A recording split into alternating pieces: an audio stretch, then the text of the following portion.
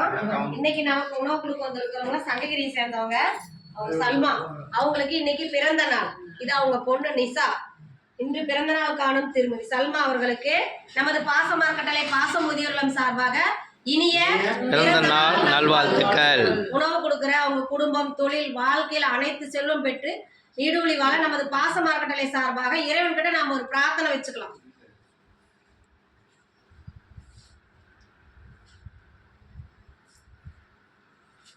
திருமதி சல்மா அவர்களுக்கு மீண்டும் ஒரு முறை இனிய பிறந்த நாள் நல்வாழ்த்துக்கள்.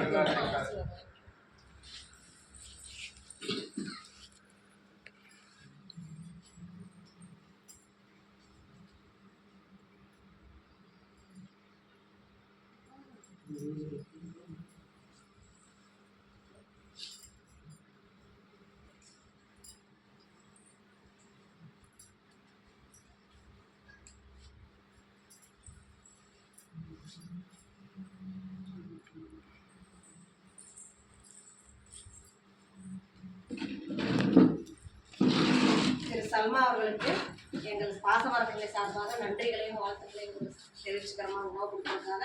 இந்த நேரத்தில் நாங்கள் உங்களுக்கு ஒரு கோரிக்கை வைக்கிறோம். என்னன்னு கேட்டிங்கன்னா, இந்த பாசமரக்கட்டளை பாச முதியோர்களும் 2 வருஷம் நடத்திட்டு இருக்கோம். 3வது வருஷம் பிறக்க போகுது.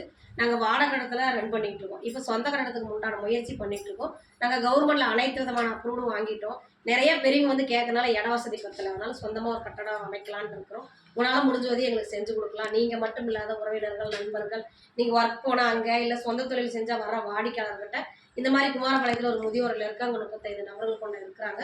இன்னும் அவங்களுடைய வாழ்வாதாரத்தை பெருக்கிறதுக்காக சொந்த கட்டடத்துக்கு முயற்சி பண்ணுறாங்க. நம்மளால முடிஞ்ச உதவி செய்யலாம்னு நீங்கள் வரவங்ககிட்ட சொல்லலாம்.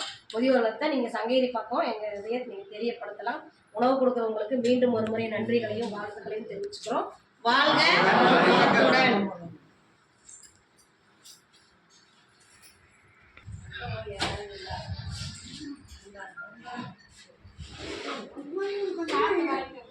போதும், நமக்கு அதிகமா போச்சு. சரி பரவாயில்ல, ஒன்று வச்சுருங்க. ஐயா தயிர் பச்சடி வேணுமா? சரி, அப்ப அப்படியே நில்லுங்க.